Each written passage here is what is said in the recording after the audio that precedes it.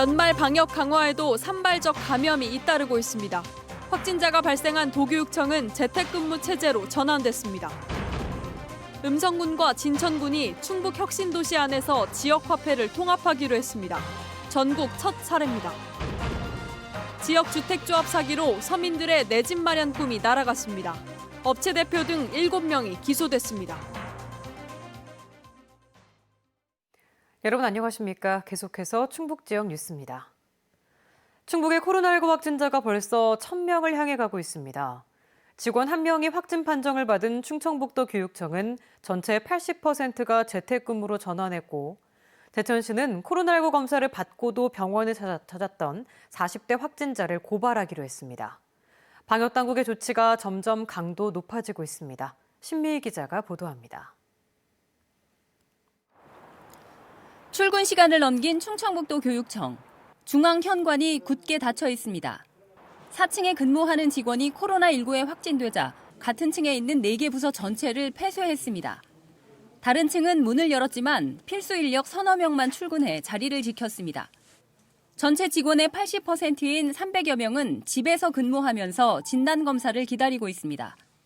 충북 교육의 사령탑이 코로나19에 뚫리면서 처음으로 발이 묶였습니다. 학교 일정에는 크게 어려움은 없을까요? 예, 그거는 지금 아까도 말씀드린 대로 업무는 이제 재택근무에도 재택에서 지금 업무 처리는 다 하고 있어요, 온라인상으로. 제천에서는 보험회사 발로 10명이 넘게 확진돼 새로운 연쇄 감염고리가 생겼습니다. 이들 중 일부는 감기 증상이 있었는데도 접촉자로 분류될 때까지 진단검사를 받지 않았습니다.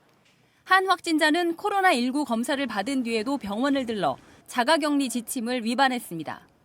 즉시 자택으로 돌아가지 않고 병원을 들러 감기 몸살로 주사를 맞는 이해할 수 없는 행동을 한 것으로 파악되었습니다.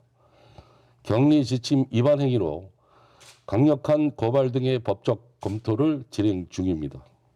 충주경찰서도 경찰 1명이 확진 판정을 받으면서 확진자가 근무한 해당 부서가 내년 초까지 폐쇄됐습니다. 괴산과 음성, 진천의 협력병원 3곳에서는 누적 확진자가 150명을 넘었고 청주의 요양원도 90명을 넘었습니다. 꺾일 줄 모르는 확산세에 연말연시, 거리두기 동참을 촉구하는 사회적 압력이 높아지고 있습니다. MBC 뉴스 신미입니다. 최근 다수의 의료기관에서 고열로 인한 중증 응급 환자를 거부하는 사례가 많아짐에 따라 충청북도가 진료기관으로 충북대 병원과 제천 서울병원을 지정했습니다. 충청북도는 격리 진료와 음압병실 확보가 어려운 지역병원 사정상 119 구급대를 통한 환자 이송 시 병원 배정이 어려울 경우 충북대 병원과 제천 서울병원으로 이송할 수 있도록 한라인을 구축했다고 설명했습니다. 음성군과 진천군이 충북 혁신도시 내에선 두 지역의 지역화폐를 모두 사용할 수 있도록 합의했습니다. 일정 지역에서 다른 지자체의 지역화폐를 서로 쓸 수 있도록 한 통합은 전국에선 처음으로 있는 일입니다. 허지희 기자가 보도합니다. 아파트와 상가를 가로지르는 길 하나를 사이에 두고 음성과 진천, 행정구역으로 나뉜 충북 혁신도시. 기형적 모습에 지역화폐 사용에 불편을 겪는 건 주민이나 상인이나 마찬가지였습니다. 음성페이를 진천에 가서 사용 못하는 그런 부분이 있었고, 다음 달부터 충북 혁신도시에선 카드 형태의 음성 행복페이와 지류 형태의 진천사랑 상품권을 모두 사용할 수 있게 됐습니다. 사용 가능한 곳은 혁신도시 내 모든 지역사랑 상품권 가맹점입니다. 각 화폐 사용에 따른 10% 할인 보전액은 각 발행기관인 지자체에서 지원합니다. 지역 정치권 중재로 반년 동안 협의 끝에 진천군과 음성군이 합의를 이뤄낸 성과입니다.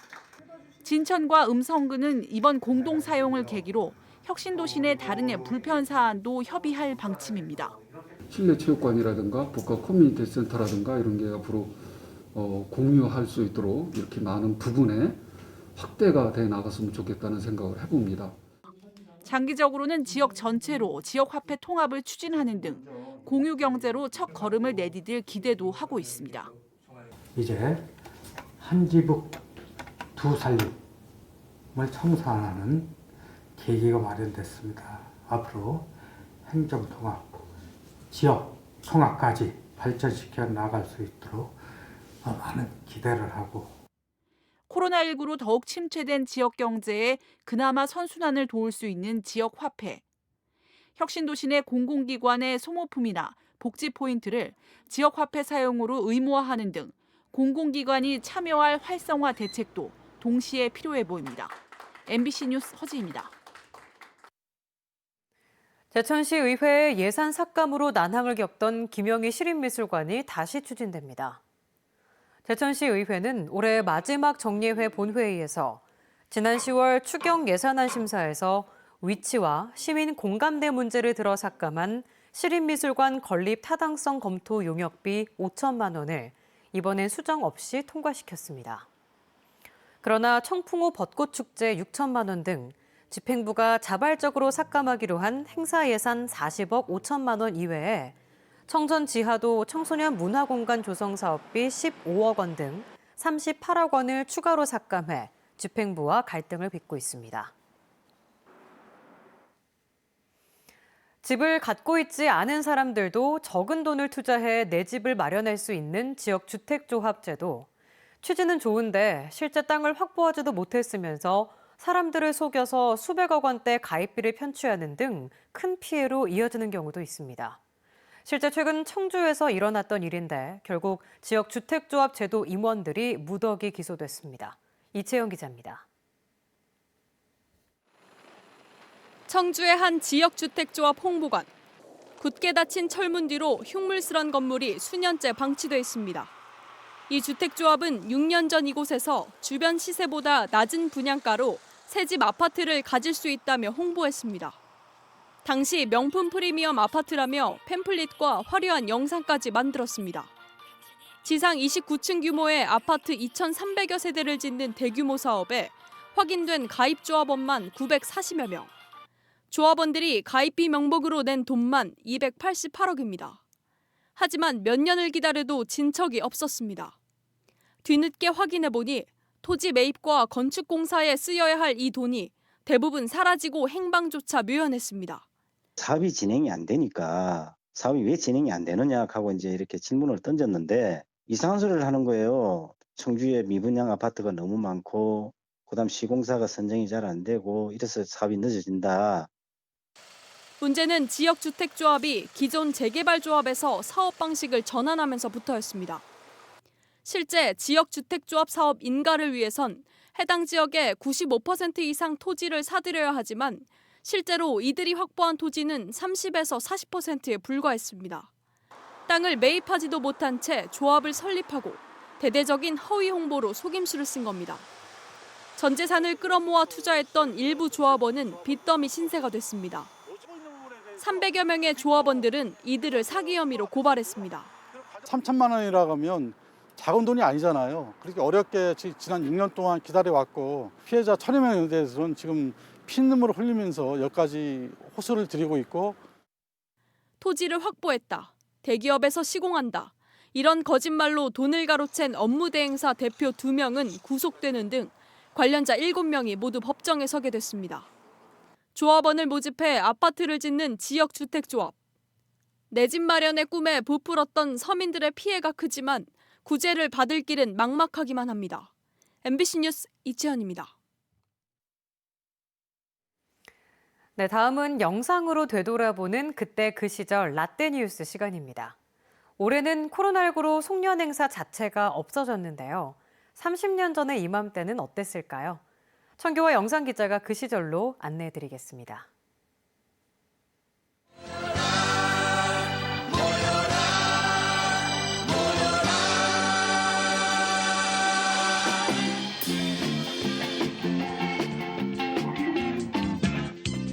사랑을 쓰려고는 연필로 쓰세요.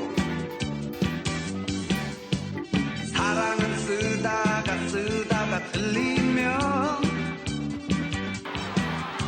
지우개로